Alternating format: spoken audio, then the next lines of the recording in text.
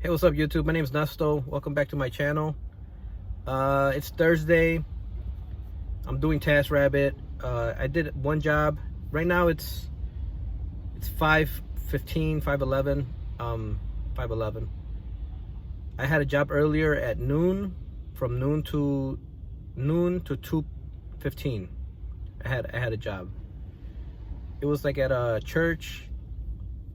It was hanging up some curtains. Well, like, it's a really small church, so like they kind of do their own thing. They do everything themselves, but they just needed some help. So they had like these big long curtains they wanted to put up, but they only had like tension rods. So like, and they were like the kind of curtains that you could like pull up like a blind almost. So they kept falling. So I just put like some L brackets. I try to do everything like as cheap as possible. Like, they weren't trying to buy new rods and brackets and actual system thing. So I just screwed them in with some brackets. It was like a metal window frames and stuff like that. So I think that's why also they were struggling with it. But I have like those self-tapping screws. So I put all those up for them. They had some rubber stair treads, like the safety treads that go on the stairs. They were like coming off. They were like flapping. So he wanted me to take care of that. So I think what I ended up doing, like I didn't know what to use because it's rubber. What I ended up using was contact cement. I went to Home Depot. I bought like a little bottle of contact cement, and you put it on, the rubber. You put it on the concrete. You wait for it to dry, and then when it's dry, you touch them together, and like it like holds like nothing. Like it holds it holds really good. It's contact cement. And on contact, it's not moving anywhere. So I did that, and I could tell him like you need to replace the whole treads or whatever, but he was trying to do everything for as affordable as possible. So I glued them back. I glued them together, and I told him like let me know if they come off or something again. We'll figure out something else. He had a broken toilet paper holder. I fixed that. I think that was basically what I did for them. But they had like the curtains took me like the longest because there were like 6 of them, and I had to figure out what to do. So I did that. 12 to 2:15, 2 hours and 15 minutes. That made me like $114, I think. And then I went home, chilled for a bit, walked my dog, and now like I said, it's 5:15, and I have a job at 5:30, and I'm already here. I'm on Fullerton. There's like a lot of people walking by, so it's kind of weird. I keep getting like text messages. I have a job at 5:30. In 15 minutes, I'm here already, and this was a same day job. I got this job today in the morning. I put myself available because I only had one job, that noon job. That's the only job I had lined up. So I put myself available in the evening today, same day, and I got this job. And what this job is, they have a closet that doesn't have a door. That doesn't have any like doors. It's just like I don't know if it's new construction or remodeled or something, but they bought the doors for me to put, and they're like glass doors that slide open. And I don't think I've ever done this particular like doors or anything like that. Usually like I'm usually repairing doors, like they fall off tracks. So I think this is gonna be my first time actually like installing a new doors. And I looked on the Home Depot. She sent me a link to it. I looked on the Home Depot website, and like it doesn't look like there's much to it. It's just the top rail, the bottom rail, and then the doors go in on it. As long as everything's as long as they measured right and got the right size, it should be pretty simple, I think. And then they have like a little crown molding above the door that fell off.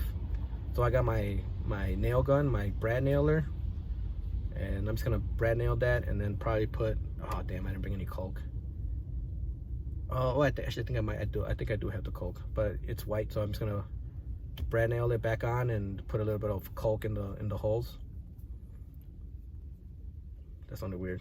I'm not gonna repeat that. I'm gonna fill the holes with caulk, and And then the last thing they want is they have like a little bedroom wall. They want to put peel and stick wallpaper on. So that's gonna be my first time doing that as well. So I YouTubed it, you know, because and this is not real wallpaper. Real wallpaper, it's more labor intensive because you have to get it perfect. It's gonna be on there permanently. But this peel and stick wallpaper is not so permanent, you know. It's like if you're renting or something, you could put it on, take it off, or if you change your mind often, it's nothing permanent. And I've never done it, so I did like a quick YouTube search on how to put peel and stick wallpaper. I watched like 5 minutes of some dude's video. It was really informative, but like it was just kind of dragged for me. So I was like, I think I got it. You know, it's you peel it, and as you're sticking it, like I don't know. I'm pretty sure I got it. But the thing is, like one thing he suggested, because you know, like if you're doing like window tints or something, like you would use like a credit card or something to like smooth it out. But he's saying, like he said, with this peel and stick thing, it's like you're gonna scratch it basically. You're gonna damage the peel and stick. So he said he suggested getting a dry erase eraser. So I had to go to Walmart. I had to stop by at Walmart, and I bought like the whole kit because I couldn't find just the eraser. So you know, you start off at the top, and then as you're unpeeling it, you're smoothing it out, you know, and running it down. You just have to make sure that, from what I could tell, you have to make sure that you run it, you know, perpendicular to the parallel to the wall, you know, so that it doesn't track sideways and then it looks bad. So you kind of have to make sure that the wall is kind of squarish, you know, and you got to kind of work around it. And then it's got a pattern, so you got to make sure that the patterns, the new sheet, the pattern on the new sheet lines up. And I mean, like I think might be a little tedious, but I think it shouldn't be too much of a problem. Now that I got my trusty dry eraser. So I think what I'm gonna do is, since I already bought this, I'm gonna buy like a cool whiteboard for my house. Like, you know, like a big whiteboard. Actually, I think I have a big whiteboard. And then also, I have this X-Acto knife. A client actually gave it to me like a long time ago. She gave me a bunch of tools because her father passed away or whatever. You know, that's not whatever. That's pretty sad, but he was really old. And she gave me like a bunch. I also missed out because she gave me she would give me a bunch of tools, and then she also, at that time I was living in an apartment, and she wanted to give me like a lawnmower and a snowblower, like the big snow blowers. And I was living in an apartment at that point, and I couldn't take it.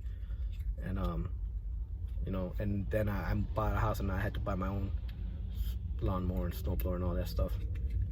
So yeah, so I had this knife that she gave me, and I bought these from Walmart, the little blades, in case I have to make some precision cuts.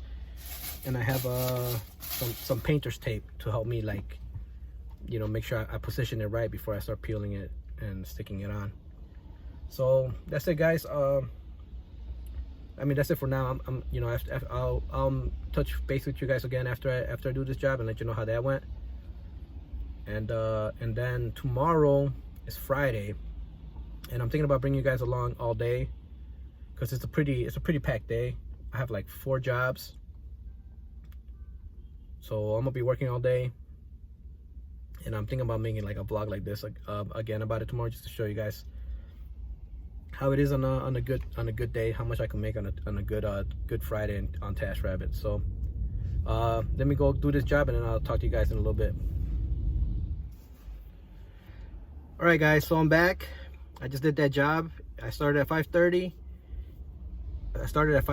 And now it's 8:30, 8:31 on the dot. So 3 hours it took me. I got here, she had that crown molding like piece above the door kind of trim. And luckily I brought my brad nailer, my nail gun. So I just started shooting. And then that was really quick. and then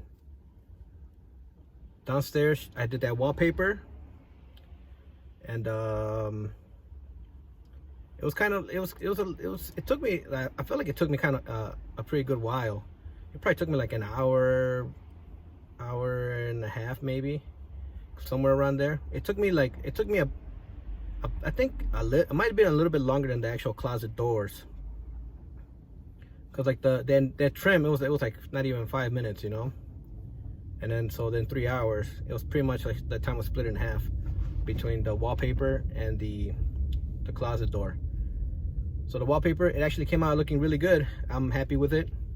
That dry eraser, like it was like such a good idea to have. If I didn't have that, I probably would have damaged the wallpaper with whatever, you know, I was trying to, like, if I'm trying to, like, you know, use whatever I could find, I would probably damage that wallpaper. So that was a good tip from that one dude. And I'll show you guys a picture. I took a picture.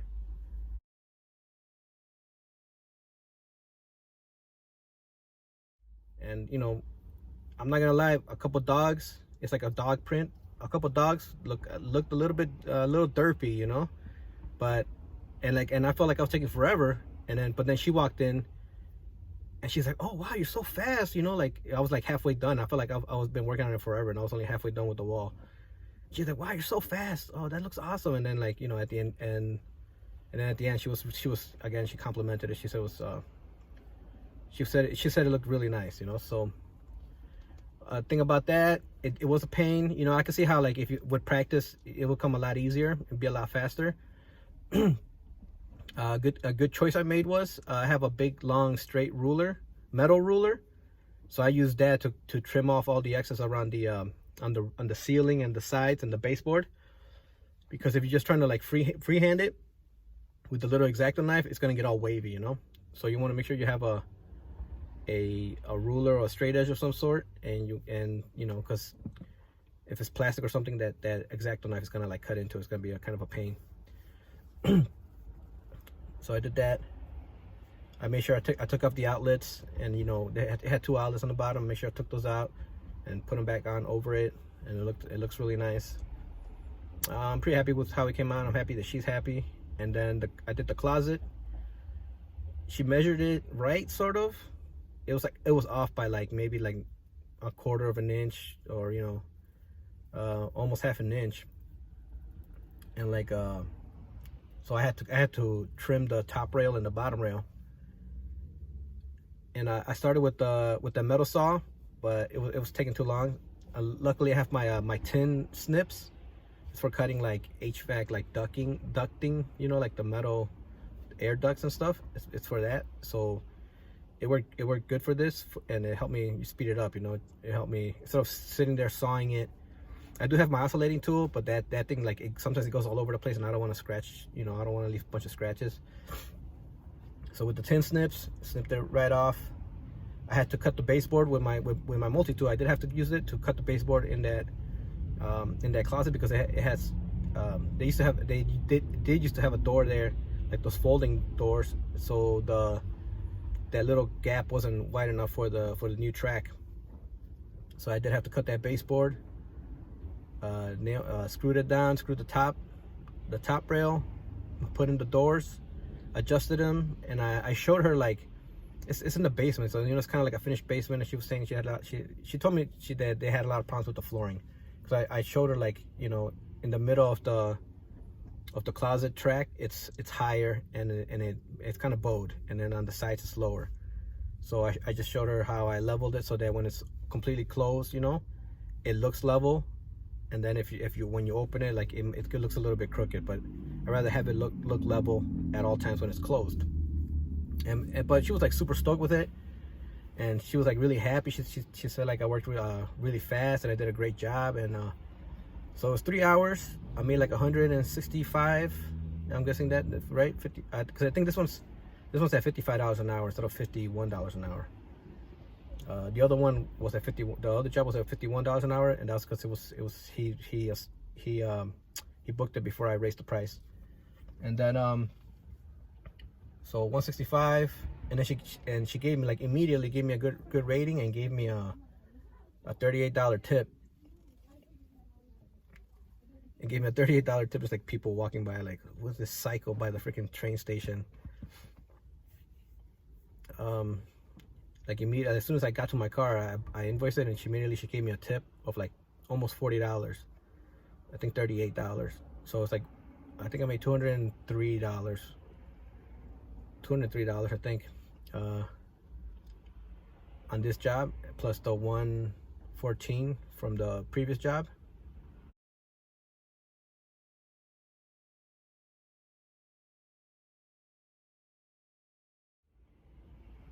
Yeah, something like that. So it was like 300 something, and you know, not bad. I'm gonna go home. I have a long day tomorrow, so, and I'm gonna take you guys along with me. Same thing. Let me know if you guys like this, just vlogging. You know, I'm gonna start off, let you guys know it's 7 a.m. You know, I'm heading out. You know, I'm gonna try to update you after every job. I'm not gonna, like, at least not yet. Like, I don't feel comfortable videotaping inside people's homes. You know, I don't want to take any time to set up a camera or anything like that. Like, they're paying me by the hour. It just wouldn't look good, and you know, and you'd have to ask them permission too. You know, so I don't want to do that. It's kind of awkward. Yeah, but that's it, guys. That's how much I made today on Taskrabbit, handyman, minor home repairs. Pretty chill day. You know, my day didn't start till noon, and I'm not that tired. So we'll see how it goes tomorrow. Thanks, guys. Thanks for watching. I'll see you guys next video. Take care.